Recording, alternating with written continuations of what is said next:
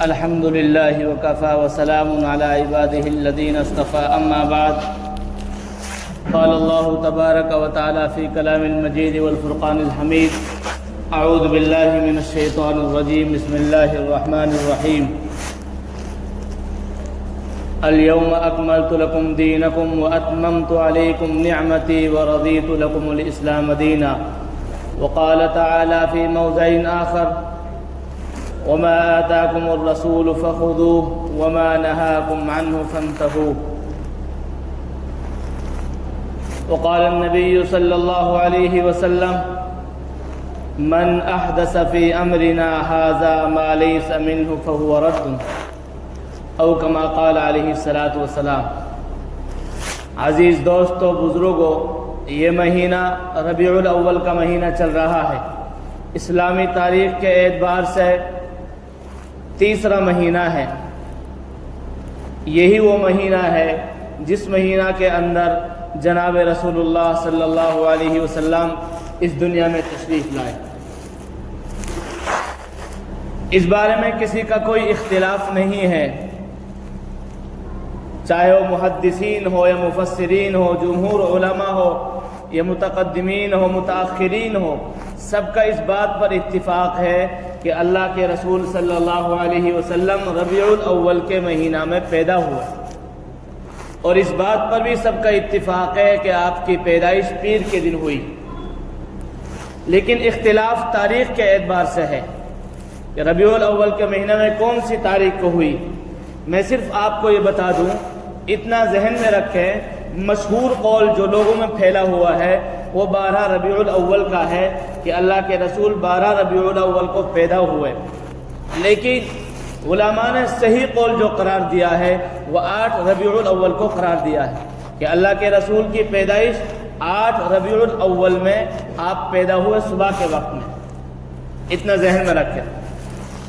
لیکن اللہ کے رسول صلی اللہ علیہ وسلم جب اس دنیا میں آئے، آپ نے اپنی پوری زندگی 63 سالہ زندگی گزاری ہے، اور نبوت والی زندگی کی طرف اگر نظر کرتے ہیں تو آپ نے 23 سال نبوت والی زندگی گزاری، کیونکہ آپ کل عمر 63 سال تھی۔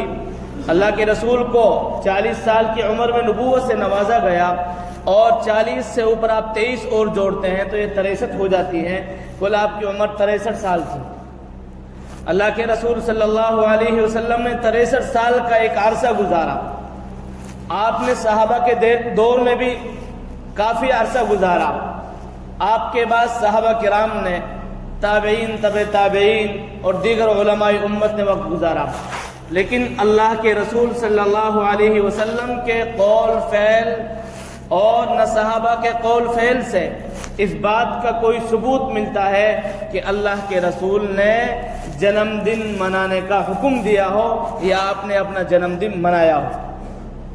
میں بتانا چاہ رہا ہوں اس بات کے اوپر کہ ہم لوگوں نے، اور ہم میں سے ہی بہت سارے لوگوں نے، ربیع الاول کے مہینے میں اللہ کے رسول کی پیدائش کے دن یعنی عید میلاد النبی کے اعتبار سے ایک دن کو مقرر کر رکھا ہے، اور جس دن اللہ کے رسول کی پیدائش 12 ربیع الاول، اس دن وہ عید میلاد النبی خوشی میں مناتے ہیں کہ اللہ کے رسول اس دن پیدا ہوئے تھے۔ ایک بات ذہن میں رکھنا کہ جو چیز ہمیں قرآن میں ملتی ہے، حدیث میں ملتی ہے، اللہ کے رسول کے طور اور طریقے سے ملتی ہے، صحابہ کے طور اور طریقے سے ملتی ہے، اور وہ قرآن و حدیث سے اس کو ہمارے سامنے پیش کرتے ہیں، وہ بات بالکل سچ ہے اور برحق ہے، اس کو ماننا یقینی ہے، اس پر ایمان لانا یقینی ہے۔ نہیں مانیں گے تو ایمان کا بھی خطرہ ہے۔ لیکن اس کے علاوہ نہ جو قرآن میں ملتی ہے کوئی بات، نہ حدیث میں ملتی ہے، نہ صحابہ سے اس کا کوئی ثبوت ملتا ہے، نہ اللہ کے رسول سے اس کا قولاً فعلاً کسی طرح کا کوئی ثبوت نہیں ملتا ہے، یہ سمجھ لینا کہ وہ چیز بدعت ہے اور اس پر عمل کرنا گناہ ہے۔ عید میلاد النبی کا جو ثبوت ہے، اللہ کے رسول صلی اللہ علیہ وسلم کے دور میں کوئی ثبوت نہیں تھا، بلکہ اللہ کے رسول اس دنیا سے چلے گئے، 6 صدی گزر گئی، 6 صدی کے بعد پھر یہ دور چالو ہوا کہ ان میں سے ایک ظالم بادشاہ تھا، وہ کھڑا ہوا، انہوں نے اس دن کے لیے خاص پیسے جمع کیے اور بہت ساری رقم خرچ کی عید میلاد النبی کے نام سے، تب سے یہ چیز چلی آ رہی ہے۔ اللہ کے رسول کے 6 صدی بعد اچھا عید میلاد النبی یا کسی کا بھی نبی کا ہو، صحابی کا ہو، علماء کا ہو یا ماں باپ کا ہو یا کسی کا بھی جنم دن منانا جائز ہے یا جائز نہیں ہے؟ شریعت اس بات کو کہتی ہے کہ جنم دن منانا چاہے وہ نبی کا ہو چاہے وہ عام آدمی کا ہو، کسی کا بھی جنم دن منانا جائز نہیں ہے، حرام ہے۔ میں اپنی طرف سے نہیں، قرآن اور حدیث سے میں اس کو کہہ رہا ہوں، جائز نہیں ہے بالکل بھی۔ یا ایھا الذین آمنوا ادخلوا فی السلم کافہ، ایمان والو مکمل طور پر ایمان میں، اسلام میں داخل ہو جاؤ۔ اللہ کے رسول نے اپنا جنم دن کبھی نہیں منایا، صحابہ نے کبھی نہیں منایا، علماء نے کبھی نہیں منایا، لیکن آج یہ ڈھونگ چل چکا ہے، ماں باپ بھی ان کے بچے ہیں، چھوٹے چھوٹے معصوم بچے ہیں، ان کا جنم دن منواتے ہیں، کیک کٹواتے ہیں اور ان کی اور خوشیاں ان کو دیتے ہیں۔ جنم دن منانا شرعاً جائز نہیں، حرام ہے۔ اگر ماں باپ اس میں ماں باپ بھی اس میں شریک ہوتے ہیں، جنم دن منواتے ہیں، اور کوئی بھی کسی کے برتھ ڈے میں جنم دن میں شریک ہوتا ہے، وہ بھی گناہ کرتا ہے۔ اسلام میں اس کا کوئی تصور نہیں، جنم دن کے نام سے کوئی چیز کھانا وہ بھی جائز نہیں ہے۔ لیکن آج ہم لوگ، اکثر لوگ اور خاص طور سے جوان لوگ اس میں شامل ہیں۔ اس بات کے مومن ہیں ہم، کس چیز کا ہم نے کلمہ پڑھا ہے؟ جب اللہ نے، قرآن نے، حدیث نے، صحابہ نے، علماء نے اس کو منع کر دیا ہے، پھر کس بات کی گنجائش ہے؟ ہم کس چیز پر پھر عمل کریں گے؟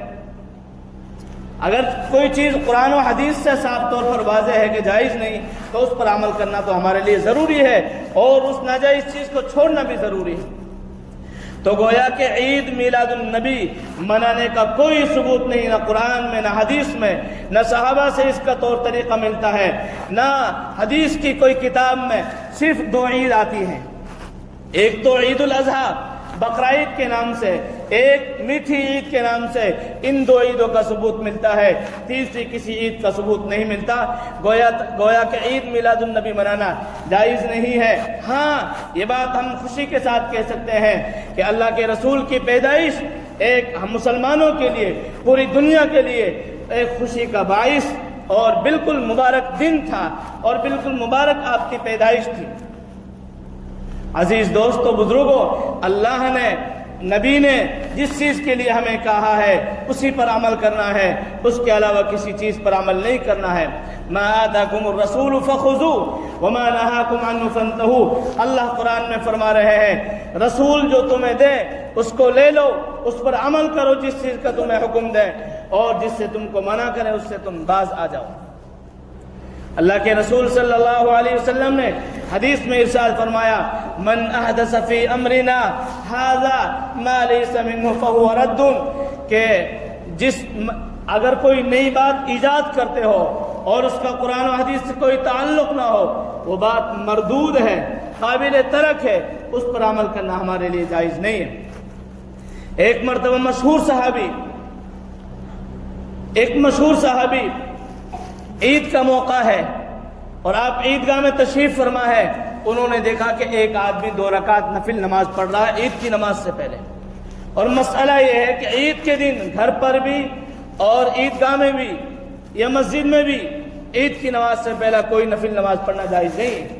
وہ نماز پڑھ رہے ہیں، صحابی رسول نے منع کر دیا کہ آپ کے لیے نماز پڑھنا درست نہیں ہے، یہ گناہ ہے۔ وہ فرما رہے جی گناہ کیسے ہو سکتا ہے، میں تو نماز پڑھ رہا ہوں، مجھے تو ثواب ملنا چاہیے۔ فرمائے آپ گناہ کر رہے ہیں۔ کیوں؟ اس لیے آپ گناہ کر رہے ہیں کہ جو چیز اللہ کے رسول سے ثابت نہیں، اور جس چیز کا حکم قرآن میں نہیں، جس چیز کو صحابہ نے نہیں کیا ہے، وہ چیز گناہ ہے، قابل ترک ہے، اس کو نہیں کرنا چاہیے۔ گویا کہ عید کی نماز سے پہلے چاہے وہ گھر پر ہو یا مسجد عیدگاہ میں ہو 2 رکعت نفل نماز پڑھنا بھی جائز نہیں، حالانکہ ثواب کا کام ہے، لیکن کیوں؟ اس لیے کہ اس کا ثبوت اللہ کے رسول سے اور صحابہ سے نہیں۔ ایک آدمی کو چھینک آئی، اور چھینک آنے کے جواب میں صرف اتنا حکم ہے، آپ الحمدللہ کہو، اور جواب میں آپ یرحمک اللہ کہو، لیکن انہوں نے کہا الحمدللہ، اور آگے درود، اللہ کے رسول پر درود بھیجا، اللہم صلی علی محمد، درود بھیجا۔ تو صحابی نے منع کر دیا یہ گناہ ہے، بالکل آپ اس طرح نہیں کہہ سکتے، صرف اتنا حکم حدیث سے ملتا ہے الحمدللہ علی کل حال آپ کہیے یا الحمدللہ کہیے۔ بہرحال جس چیز کا ثبوت اللہ کے رسول سے، قرآن سے ملتا ہے، صحابہ سے ملتا ہے، اسی پر عمل کرنا ہے، اس کے علاوہ کسی چیز پر ہمیں عمل نہیں کرنا ہے۔ ورنہ میرے بھائیوں، بدعت جو آتی ہے وہ کیا چیز؟ وہ اپنے اندر اچھائی لے کر آتی ہے اور اس کے اندر برائی چھپی ہوئی رہتی ہے۔ اللہ کے رسول نے فرمایا جو انسان بدعت اختیار کرتا ہے، بدعت کی پیروی کرتا ہے، چاہے وہ کتنی ہی اچھی کیوں بات نہ ہو، کل بدعت ضلالہ، ہر بدعت گمراہی ہے، وکل ضلالۃ فی النار، اور ہر گمراہی جہنم میں لے جانے والی ہے۔ آج ہمارے اندر بے شمار بدعات اور رسومات پھیلی ہوئی ہے۔ آپ چلے جاؤ موت کے اوپر، اگر کوئی مر جاتا ہے وہاں پر بھی بدعت ہوتی ہے۔ اگر کوئی عورت اگر کوئی اپنی عدت پوری کرتی ہے وہاں پر بھی بدعت ہوتی ہے۔ مرنے پر ہمارے یہاں پر ایک ڈھونگ چالو ہو چکا ہے کہ ہم بریانی بناتے ہیں، کھانا بناتے ہیں، بالکل شریعت میں یہ درست نہیں ہے، بالکل منع ہے، نہیں کرنا چاہیے۔ آپ یہ سوچتے ہیں باہر سے آنے والے مہمان ان کو کھانا کھلائیں گے، ایک طریقہ اختیار کیجئے، 10 آدمیوں کا کھانا ایک گھر میں بنواؤ، 5 آدمیوں کا کھانا ایک گھر میں بناؤ، لیکن جمع کر آپ جو کھانا بناتے ہیں شریعت اس سے منع کرتی ہے۔ اس کے پیچھے کافی خرافات ہیں، بہت ساری خرافات اس کے پیچھے، آپ دماغ لگا لینا۔